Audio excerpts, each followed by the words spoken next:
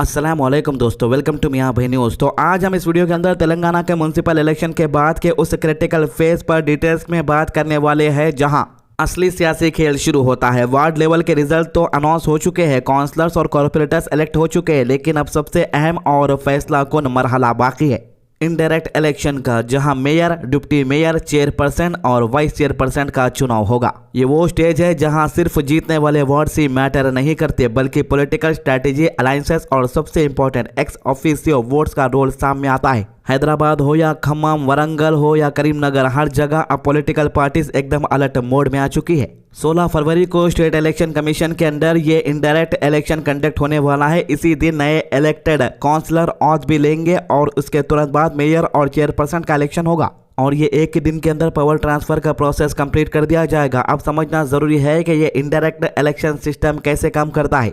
यहाँ आम लोग सीधा मेयर को वोट नहीं करते, इसके बजाय जो काउंसलर इलेक्टेड होते हैं वो मिलकर मेयर को चूज करते हैं। लेकिन सिर्फ काउंसलर ही नहीं, एक्स ऑफिशियो मेंबर्स भी इस वोटिंग का प्रोसेस का हिस्सा होते हैं। एक्स ऑफिशियो मेंबर्स का कॉन्सेप्ट यहाँ बहुत पावरफुल हो जाता है। इनमें एमएलएस, एमपीज और एमएलसी शामिल होते। इनका वोट बिल्कुल काउंसलर के वोट के बराबर होता और जब किसी म्युनिसिपल बॉडी में मेजॉरिटी क्लियर ना हो या सिर्फ 1-2 सीट का डिफरेंस हो, तब ये एक्स ऑफिशियो वोट्स पूरा गेम पलट सकते हैं।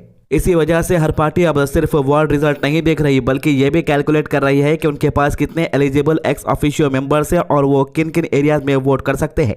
लेकिन इस बार एक बहुत बड़ा ट्विस्ट आया है। स्टेट इलेक्शन कमीशन की तरफ से एक इंपॉर्टेंट क्लैरिफिकेशन इशू की गई है। 13 फरवरी को एसईसी ने एक सर्कुलर जारी किया जिसमें तेलंगाना हाई कोर्ट के 2021 के जजमेंट का हवाला दिया गया। इस क्लैरिफिकेशन के मुताबिक हर एमएलए, एमपी या एमएलसी ऑटोमेटिकली वोट नहीं कर सकते। सिर्फ वही लोग एक्स ऑफिशियो वोटर बन सकते हैं जो स्पेसिफिक एलिजिबिलिटी क्राइटेरिया को मीट करते हैं। अगर हम इसको सिंपल अल्फाज में समझते हैं, लोकसभा एमपीज और एमएलए तभी वोट कर सकते हैं जब उनका कॉन्स्टिट्यूएंसी उस म्युनिसिपल एरियाज के अंदर आता हो, चाहे पूरा या कुछ हिस्सा। मतलब अगर उनका एरिया उस म्युनिसिपालिटी से जुड़ा हुआ नहीं है तो वो वोट नहीं कर सकते। अब बात आती है राज्यसभा एमपीज और एमएलसीज की। इनके पास कोई फिक्स्ड टेरिटोरियल कॉन्स्टिट्यूएंसी नहीं होती, इसलिए इनके लिए रूल और भी स्ट्रिक्ट है। वो तभी वोट कर सकते हैं जब वो उस म्युनिसिपल एरियाज के रजिस्टर वोटर हो। अगर कोई इन कंडीशंस को फुलफिल नहीं कर सकता तो फिर वोट करता है तो उसका वोट सीधा इनवैलिड माना जाएगा, मतलब उसका कोई असर नहीं पड़ेगा। ये क्लैरिफिकेशन सुनने में सिंपल लग सकती है, लेकिन इसका पॉलिटिकल इंपैक्ट बहुत बड़ा है। पहले क्या होता था कि पार्टीज अपने राज्यसभा एमपीज और एमएलसीज को स्ट्रेटेजिकली डिफरेंस म्युनिसिपालिटीज में डिप्लॉय करती ताकि अपने नंबर्स को बढ़ा सके, लेकिन अब ये फ्लेक्सिबिलिटी काफी हद तक खत्म हो गई है। अब हर पार्टी को रियल ग्राउंड स्ट्रेंथ पर डिपेंड करना पड़ेगा। आर्टिफिशियल सपोर्ट का स्कोप कम हो गया है। इसी वजह से अब पॉलिटिकल पार्टीज एक तरह से माइक्रोस्कोपिक लेवल पर कैलकुलेशन कर रही है। कौन सा एमएलए किस एरिया में एलिजिबल है, कौन सा एमपी किस म्युनिसिपल लिमिट के अंदर आता है, कौन सा एमएलसी वहां रजिस्टर वोटर है, ये सब चीजें अब क्रूशियल बन चुकी है। अगर हम करंट पॉलिटिकल नंबर्स की बात करें तो कांग्रेस इस वक्त क्लियरली स्ट्रॉन्ग पोजीशन में नजर आ रही है। पार्टी के पास लगभग 65 एमएलएज है, 8 लोकसभा एमपीज है और 3 राज्यसभा एमपीज है। इसके अलावा कुछ डिफेक्टेड एमएलएज और एमएलसीज भी उनके सपोर्ट में है। दूसरी तरफ बीआरएस, जो पहले तेलंगाना में डोमिनेंट फोर्स थी, अब कंपैरेटिवली वीक पोजीशन में है। बीआरएस के पास करीब 27 एमएलए है, कुछ एमएलसीज है और 4 राज्यसभा एमपीज है, लेकिन लोकसभा में इनका रिप्रेजेंटेशन नहीं है। बीजेपी भी अपनी प्रेजेंस धीरे धीरे स्ट्रांग बना रही है, खासकर तेलंगाना के अंदर। आने वाले असेंबली इलेक्शनों के अंदर पहले ही बीजेपी ने ऐलान कर दिया है कि पूरी फोर्स के साथ मैदान में उतरेंगे। बीजेपी के पास 8 एमएलएज है, 8 लोकसभा एमपीज है और 3 एमएलसीज है। ये नंबर छोटे लग सकते हैं, लेकिन क्लोज कंटेस्ट में ये डिसिसिव हो सकते हैं। और हैदराबाद की बात करें तो एएमआईएम एक इंपॉर्टेंट रोल प्ले करेगी। इनके एमएलएज और एमपीज जीएचएमसी लिमिट के अंदर आते हैं, इसीलिए इनका ex officio vote directly impact करेगा मेयरल रेस को। अब अगर हम इलेक्शन रिजल्ट का ब्रॉडर पिक्चर देखें तो कांग्रेस ने इस बार जबरदस्त कमबैक तो किया है। 123 अर्बन लोकल बॉडीज में से 84 जीतकर इन्होंने क्लियर डोमिनेंस दिखाया तो है, लेकिन याद रहे जब बीआरएस पार्टी सत्ता के अंदर थी तो कई ज्यादा नंबर्स बीआरएस पार्टी ने हासिल किया है। बीआरएस के कंपैरिजन में कांग्रेस थोड़ी पीछे नजर आ रही है जीत के मामले के अंदर। तो यहाँ पर कांग्रेस के टोटल 5992 वार्ड्स में से 3074 वार्ड कांग्रेस ने जीते हैं। यह नंबर बीआरएस के मुकाबले ऑलमोस्ट डबल है। बीआरएस ने म्युनिसिपैलिटीज और 1562 वार्ड्स जीते हैं। बीजेपी ने 6 अर्बन बॉडीज और 672 वार्ड्स अपने नाम किए हैं। एआईएमआईएम ने भी अपनी स्ट्रॉन्ग प्रेजेंस दिखाई है, इस बार काफी सीटें जीती है और इंडिपेंडेंट्स ने 366 सीट्स हासिल की है, जो कई जगहों पर किंग मेकर बन सकते हैं। म्युनिसिपल कॉर्पोरेशन में काफी इंटरेस्टिंग कंटेस्ट देखने को मिले। मंचेरियल और रायदुर्गम जैसे इंडस्ट्रियल एरियाज में कांग्रेस ने स्ट्रॉन्ग परफॉर्मेंस दिखा। करीमनगर और निजामाबाद में बीजेपी ने एग्रेसिवली एंट्री की है। हालांकि निजामाबाद में इसके बावजूद भी बीजेपी का मेयर नहीं बनने वाला है, ये बात खुद निजामाबाद के एमपी ने कही। ప్రతిపక్షంలో ఉంటాం కదా ఇప్పుడు వాళ్ళు ఎంఐఎం వాళ్ళు కాంగ్రెస్ వాళ్ళు కలిసి చేసుకుంటారా వాళ్ళు కలిసే ఉన్నారు వాళ్ళు ఒకటే మాట్లాడేటోళ్ళు బయటికి పోవచ్చండి వాళ్ళు కలిసి చేసుకుంటారా ప్రజలు చూస్తారు కదా వాళ్ళు ఒకటే అని చెప్తూనే ఉన్నాం మేము త్రూ అవుట్।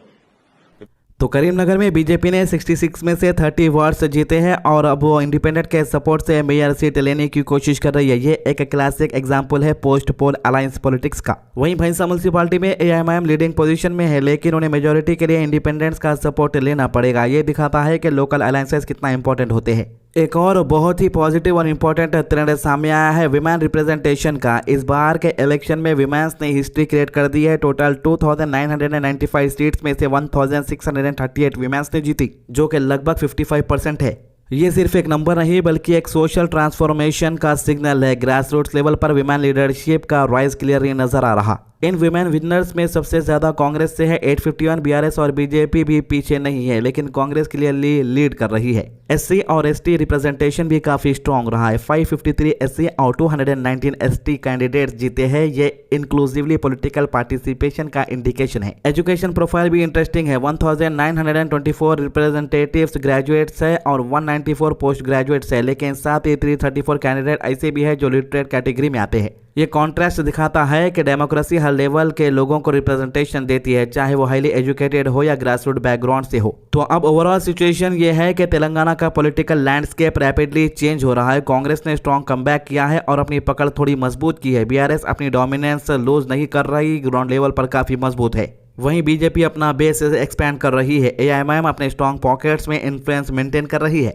लेकिन सबसे बड़ा सवाल अभी भी बाकी है, कौन बनेगा मेयर, कौन बनेगा चेयरपर्सन, और इसका जवाब मिलेगा 16 फरवरी को जब इनडायरेक्ट इलेक्शन होंगे। तो यहाँ पर सिर्फ वार्ड रिजल्ट काफी नहीं होंगे, यहाँ पर हर एक वोट मैटर करेगा। खासकर ex officio votes political parties last minute तक अपनी स्ट्रैटेजी एडजस्ट करेंगे, अलायंसेस बनेंगे और हर पॉसिबल कॉम्बिनेशन ट्राई किया जाएगा। ये एक पॉलिटिकल चेस बोर्ड बन चुका है जहाँ हर मूव का डायरेक्ट इम्पैक्ट पावर पर पड़ेगा।